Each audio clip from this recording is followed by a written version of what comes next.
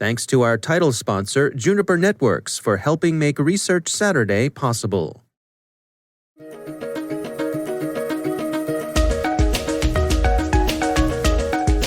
Hello, everyone, and welcome to the CyberWire's Research Saturday. I'm Dave Bittner, and this is our weekly conversation with researchers and analysts tracking down threats and vulnerabilities, solving some of the hard problems of protecting ourselves in a rapidly evolving cyberspace. Thanks for joining us.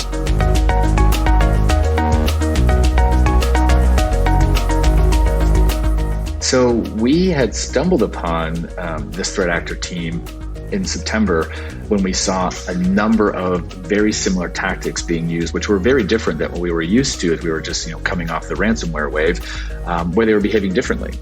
That's Rob Boyce. He's global lead of cyber incident response and transformation services at Accenture Security. The research we're discussing today is titled Karakurt Rises from its Lair.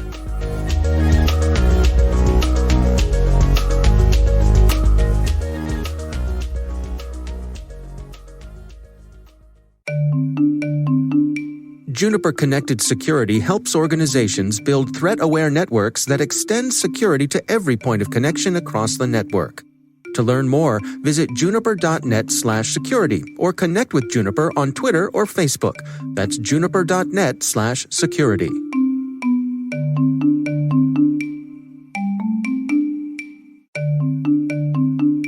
There is always so much research happening in cyber, but how do you keep track of it all and stay on top of what's important? With CyberWire Pro, you'll get a weekly research briefing that summarizes the latest developments regarding threats, vulnerabilities, and consequences as they play out in cyberspace.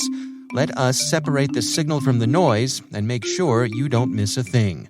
Subscribe to CyberWire Pro today at thecyberwire.com/pro.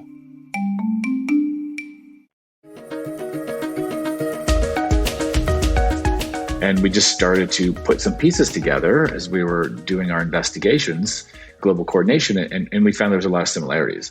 And so we just started digging into it a little bit more. And then, of course, we uncovered Karakurt as their self-proclaimed name and just started seeing some really interesting tactics that this group was using, which was very different than some of the traditional ransomware threat actors. So what are some of the things that set Karakurt apart? So a couple of things that we find very interesting. This group tries to limit the use of malware as much as possible. And they're not really in the business of destructive events. They're really more in there to quickly get in and exfiltrate data and then extort the victims with the data theft as opposed to launching a ransomware attack and causing business disruption. Any speculation on who is behind this? No, that's really interesting. We haven't had enough intelligence yet to be able to really do attribution more than what their own self-proclaimed name is and some of the tactics that they've been using. And who do they seem to be targeting here? Yeah, so they're targeting more of the small to medium-sized businesses or subsidiaries to large enterprises. They're not really going after the big game hunting that we've seen some other threat groups go after. And so suppose you find yourself falling victim to these folks. By what means are they getting into your organization?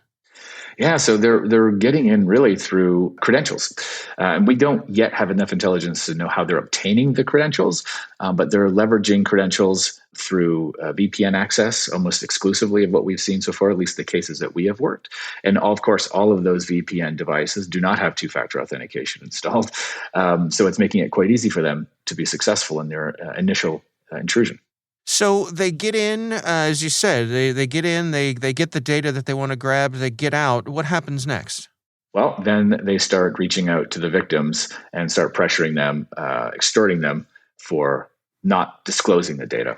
And what's also interesting about these guys is that they contact the victim in multiple ways, right? So they will, of course, leave the evidence on a machine, or they will reach out via email, or they may even go back in and remind them. We've actually seen them even leave a note file on a desktop that says your EDR will not save you.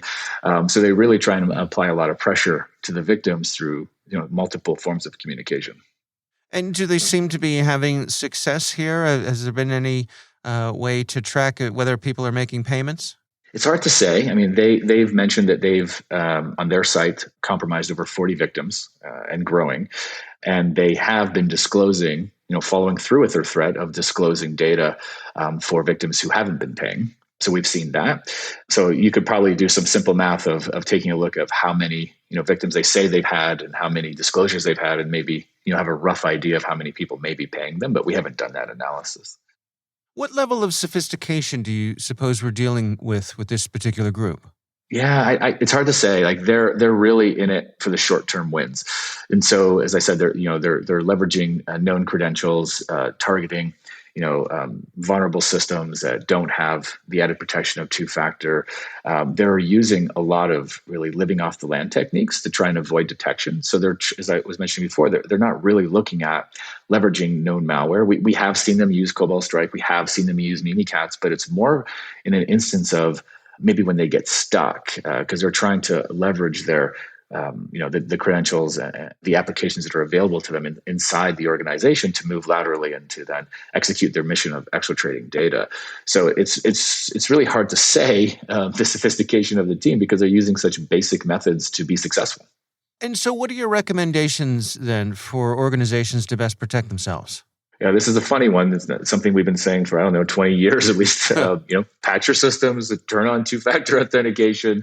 Just the basic security IT hygiene would really help, organizations avoid, visit from this threat actor for sure. And as we were saying earlier, they are targeting small to medium-sized organizations, which probably often overlook these very basic security protocols. Yeah, it really seems like they're an opportunistic group. Yeah, absolutely. Yeah, it's really interesting the difference of when we were just before this happened, because we saw them stand themselves up in June, start registering their domains, get their social media ready in August, and then really we started seeing a cluster of activity in September, moving forward to the end of the year. Even this morning, I received another notification from a client looking for help for this exact team. And but prior to that, we were dealing with these larger destructive events that were making a lot of media headlines, and it seems that this team has really tried to avoid, not like play it under the radar, but also avoid attribution, right? And I think there's a couple of reasons for that. These are best guesses, but as we saw the large ransomware events early in the year, we started seeing a lot more law enforcement engagement, and that law enforcement engagement, of course, led to some of the OFAC sanctions and having some threat actors on that list. And when this team avoids malware and doesn't use malware, it's much harder for us to be able to perform attribution.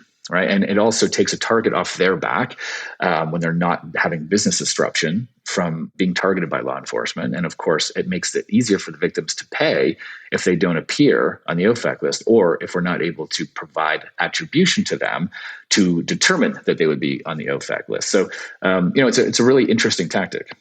Yeah, it's, I've wondered sometimes if we need a category we could call like nuisanceware, Yes. where it's not terribly destructive. It's a bit of a time suck. It's not going to be cripplingly expensive. So, you pay your fee and everybody goes on with life. Yeah, correct. And I think their success, to me, we're starting to see a couple more groups emerge. They're taking some very similar tactics. So I think they're starting to set a bit of a standard for an alternate way to be able to get financial gain in this space without having to cause the business disruption and get all the attention that some of these, some of the big game hunters we've seen earlier in the year.